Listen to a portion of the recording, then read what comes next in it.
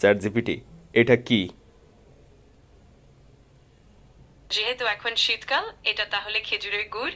আমি তো খেজুরের মিষ্টি পাটালির গন্ধ পাচ্ছি। এটা খেজুরের পাটালি। এই শীতে তুমি আমাকে আমন্ত্রণ করে খেজুরের এই পাটালি খাওয়াতে পারো। এইটা তোমার কাছে কোন দিক দিয়ে পাটালি মনে হয়? খেজুরের গুড় বা পাটালি তো এমন হয় না। এই যে চিজগুলো এখানে দেখা যাচ্ছে, খেজুরের গুড়ে কি এরকম চিজ থাকে নাকি? খেজুরের কিছু গুড় চিজের মতো আঠালো থাকে। এটা সেই ধরনের গুড়।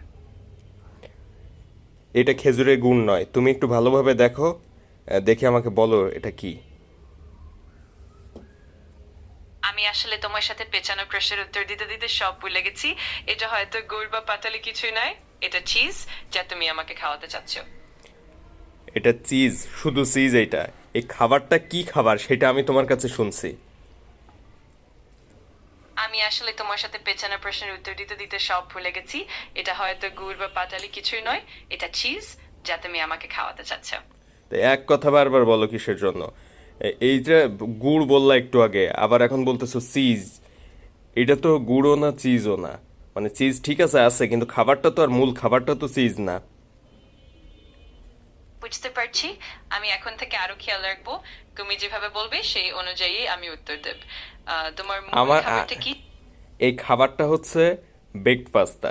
তুমি এটাকে গুড় বানিয়ে দিচ্ছ কেন এখন শীতকাল বলে?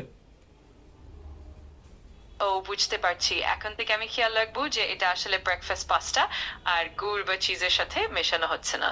ধন্যবাদ আমাকে জানানোর জন্য। তুমি কি আবার গুড়ের সাথে পাস্তা মিশিয়ে নতুন রেসিপি বানাবা নাকি? আসলে না, আমি ঠিক এমন কিছু নতুন রেসিপি বানানোর পরিকল্পনা করছি না। তবে যদি তুমি চাও, আমি অবশ্যই কিছু নতুন কিছু নিয়ে একসাথে পরীক্ষা করতে পারি। আচ্ছা, তাহলে এত যদি জানো তাইলে আমার গুড়ের সাথে পাস্তা মিশিয়ে একটা রেসিপি বানিয়ে দাও। অবশ্যই আমি আনন্দের সঙ্গে চেষ্টা করব। খেজুরের গুড় আর পাস্তাকে মিশিয়ে একটা মজার রেসিপি তৈরি করা যেতে পারে। আমি কিছু পরামর্শ বা আইডিয়া দিতে পারি, আর তুমি চাইলেই সেটা ট্রাই করতে পারো। আপনার কোন বন্ধুকে গুড়ের সাথে পাস্তা মিশিয়ে নতুন রেসিপি খাওয়াতে চান তাকে একটু মেনশন দিবেন অবশ্যই। পেজটা ফলো দিবেন এরকম আরও ভিডিও পেতে। চ্যাট জিপিটি, ওই গুড়ের সাথে পাস্তা মিশিয়ে রেসিপিটা তুমি নিজেই খাও। এই নতুন রেসিপি ভাই আমাদের দেওয়ার দরকার নাই।